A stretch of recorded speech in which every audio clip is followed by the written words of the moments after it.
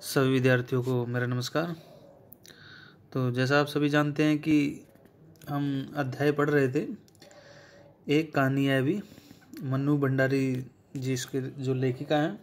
तो उसका पाठ का सार का जो आधा भाग था वो हमने पिछली वीडियो में कर लिया था, तो शेष भाग जो है वो इस वीडियो में हम करेंगे। तो प्रारंभ करते हैं कि लेखिका ने 10वीं की परीक्षा उत्तीर्ण करने के पश्चात कॉलेज में प्रवेश लिया। तभी उनका परिचय कॉलेज की हिंदी विषय की प्राध्यापिका श्रीमती शीला अग्रवाल से हुआ। शीला अग्रवाल ने उन्हें कुछ महान साहित्यकारों की रचनाएं पढ़ने के लिए प्रेरित किया। आगे चलकर लेखिका ने शरत चंद्र, प्रेमचंद्र, जैनेन्द्र, अज्जेय, यशपाल, भगवती चरण वर्मा आदि के उपन्यास पढ़े और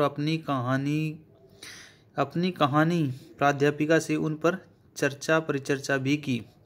लेखिका जैनेन्द्र की लेखन शैली से बहुत प्रभावित हुई। सुनीता शेखर, एक जीवन, नदी के द्वीप जैसे उपन्यासों के पढ़ने से लेखिका के दृष्टिकोण में परिवर्तन हुआ।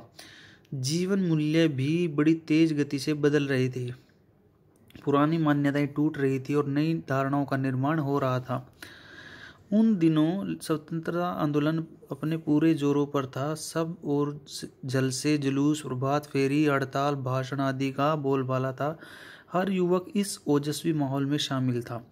भला ऐसे में लेखिका कैसे चैन से बैठ सकती थी? शीला अग्रवाल की जोशीली बातों ने लेखिका की रग रग में लावा भर दिया था। लेखिका सड़कों पर घूम घूम कर हड़ताल करवाती, भाषण देती। उसने अब सारी वर्जनाओं को तोड़कर खुलेआम भाषण देने आरंभ कर दिए थे। लेखिका और उनके पिता के विचारों में टकराहट उत्पन्न हो गई थी। विवाह के विषय में भी विरोध चलता रहा। एक बार तो कॉलेज की प्राचार्य ने भी उनकी गतिविधियों के सिलसिले में उनके पिताजी को बुला भेजा। प्राचार्य ने उनसे कहा, क्यों ना आपकी बेटी की गतिविधियों को लेकर उसके विरुद्ध अनुशासनात्मक कार्रवाई की जाए। यह सुनकर वे आग बबूला होना, क्रोधित होना। बोले, न जाने यह लड़की मुझे कैसे कैसे दिन दिखलाएगी। गुस्से में भरकर कॉलेज पहुंचे। वापिस आए तो लेखिका डर गई और पड़ोस के घर में छुपकर बैठ गई। सोचा कि जब पिताजी का गुस्सा ठंडा पड़ जाएगा तो घर चली जाएगी। किंतु कॉलेज से वे बहुत खुश लौटे। पता चला कि पिताजी उन पर बहुत गर्व कर रहे थे। उन्हें पता चला कि सारा कॉलेज उनकी बेटी के इशारों पर चलता है। प्रिंसिपल के लिए कॉलेज चलाना कठिन हो रहा था। पिताजी ने कहा कि यह आंदोलन तो पूरे देश में चल रहा है, यह समय की पुकार है, भला इसे कौन रोक सकता है।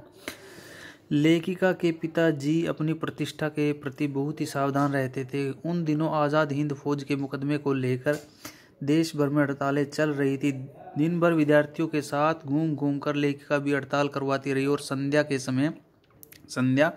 शाम के समय बाजार के चौराहे पर एकत्रित विद्यार्थियों ने भाषणबाजी की। लेखिका ने भी जोशीला भाषण दिया, जिसे सुनकर लोग बहुत प्रभावित हुए। पिताजी के किसी दकियानुसी मित्र ने लेखिका के प्रति उनके कान भर दिए और फिर क्या था कि उनका क्रोध भड़क उठा।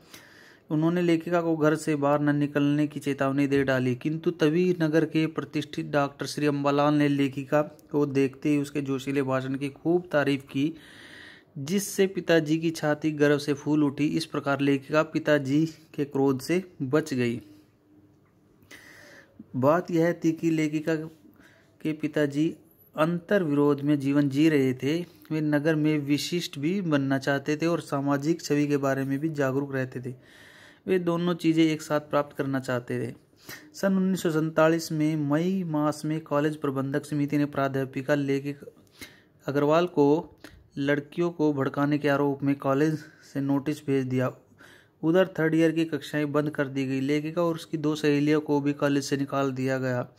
किंतु लेखिका ने कॉलेज से बाहर आकर रहकर भी आंदोलन जारी रखा और अंततः कॉलेज को थर्ड ईयर खोलना पड़ा। लेखिका को खुशी मिली, किंतु 15 अगस्त 1947 में इससे भी बड़ी खुशी पूरे देश को मिली जब भारत आज़ाद हुआ।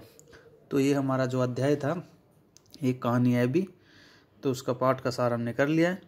तो सभी विद्यार्थी जो अर्ध भाग था उसको याद करेंगे और अपनी कॉपी पर लिखेंगे। धन्यवाद।